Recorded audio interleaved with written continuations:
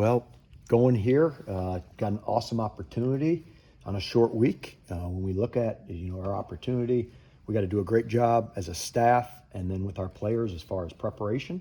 We talk about it every week as far as the power of preparation, our ability to get ready for a new opponent, learn a new offense, and then secondly, it's doing a great job making sure our guys are ready to finish in the fourth quarter. With Florida State and their quarterback Thomas Castellanos, how much can you pull from past experiences playing against him when he was at Boston College? Yep, new system, super athletic quarterback, a young man that does a tremendous job as far as throwing the football, and then is very, very elusive, very dynamic athlete in space as a ball carrier as well. And so, goodness, he's a tough one. Can you pull anything, or is it almost kind of useless because he's in Gus's offense now? Yeah, I think that obviously there's having the opportunity to go against the young man. You hope that you can pull a few of the lessons that you've done. At the same time, it's tough to simulate an athlete like that at quarterback. Last week it was a hypothetical of how Cam Robinson can help you and his impact. When you saw him on Saturday, what did you see from Cam in his first game back? Yeah, Cam, you look at it, the production, as far as finishing with, leading, us with tackles, his ability to go sideline to sideline, making plays on third down. And so he's got great intangibles, but what he does know is he's got to play better ball than last week against a, really talented group. Jason Hammond and Hunter Osborne, I think, had 5 and 4 tackles, both of them. It feels like they were really getting after it, really aggressive. What do you kind of see from, those guys in the interior? Yep, across the board, it's been really nice to be able to rotate a bunch of guys. You look at both the young men that you mentioned, they've done a great job as far as they've been playing with great, hands. They've been playing with great feet. And then ultimately that allows guys to come alive and make plays. And so up front, we're excited about the group we have. We know that we've got a big challenge this week in the group that we face up front, a really experienced offensive line that has done a really, really good job running the ball.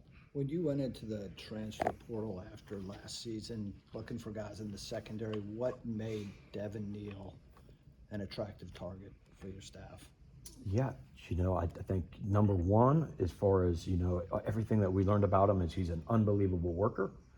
The second piece is that he had been a productive football player in the ACC, and you see by kind of his resume.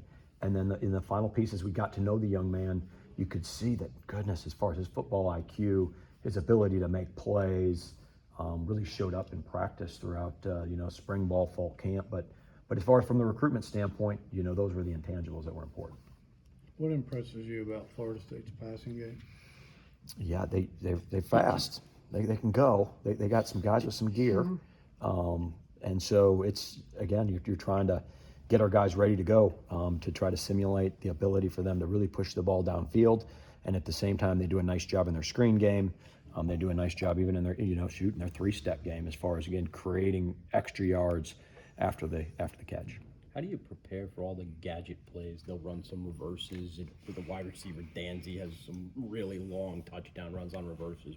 How do you prepare for that during a short week? Yep, what you do is you put your players through it, first off, and you try to get an idea as far as all the different looks they can create.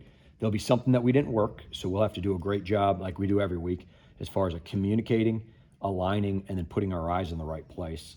Because usually with those big plays, or they're or gadgets, if you don't have great eye discipline, you can make a mistake. Coach Elliott said something about trying to read too much with their eyes in the secondary. How do you get them to, see the big picture, but also not overdo it? Yeah, I think you put your eyes on your man, and usually it's pretty simple as far as, hey, if I got to see through one, I see through one, and we just got to continue. You just look at fundamentally as far as we as coaches got to put them through, some of those probably more of those deep ball scenarios where that ball's 50, 60 yards in the air. And then the other piece is just continuing to rep. And the more and more that guys get reps, within any defensive system, the more and more comfortable they get. Are they more dangerous with the deep ball threat or just getting into their playmakers and trying to make short passes into long games? Yeah, when you look at it, as we watched them, during the week, they've made a bunch of contested catches. They've also, You know, you've seen guys cut people loose as well, and it literally was a wide open receiver. And so we've got to eliminate that as far as our ability to make sure that we're matched up right, so that we have to force them to make a contested catch. When you allow an offense to throw into space to really good skill, it can be a stressful night. Antonio was saying that he just wanted to come back because he loved the game of football and he's going to play until the wheels come off. When you have that mindset in that secondary, how much does that impact you guys? Yeah, I think, we've got a bunch of those young men, in the program. Antonio's one of those guys that, he's gonna leave it all on the field. We reference he puts his body on the barbed wire every day as far as he goes to battle. Willing to do whatever it takes to get himself ready, both mentally and physically. And if we have guys that have that type of mentality, we'll have a chance to play good defense. I know he's had some injuries in his career, but this past one, luckily leaving in November and then coming back here, how have you seen his journey kind of come together? Yeah, you look at Antonio's journey. Played really, really productive football in the snaps that he's had. It's been it's probably not looked like he's wanted to, but he ends up bringing so much leadership because of his perseverance, his attention to detail, and frankly his ability to go make plays. Looking back at Cam for a minute, his recruitment came down to the wire with Florida State. What do you kind of remember about decision day? We're waiting around to see what he. Yeah, we spent a lot of time.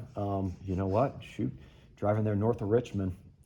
Spending time with him and his family, and But I know how important it was for him to play here at the University of Virginia and represent the Commonwealth. And I think it really speaks to the young man as far as who he is and how important it is for him and his family for him to be here at the University of Virginia.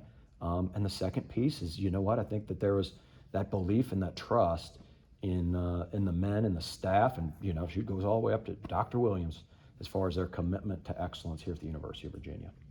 What are you seeing from Daniel Rickard? He's gotten going a little bit. What do you see from him?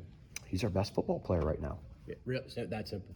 It's that simple. He's the most productive guy that we've had. He practiced that way in fall camp, and what it does is it pushes everybody else around him to continue to be better. I say he was a post-spring addition. How did he learn everything he needed to quickly, and did you sense that he'd be able to make the transition from the FCS up to this level? Yeah, as a engineering major, the X's and O's aren't too much for him. And then what he did is he came here, took advantage of it. You just look at, he's naturally gifted as far as his ability to accelerate. He plays fast and tough and violent, and frankly, he finds a way to be around the ball. And so the characteristics he has, along with, great football IQ, has allowed him to make a lot of plays.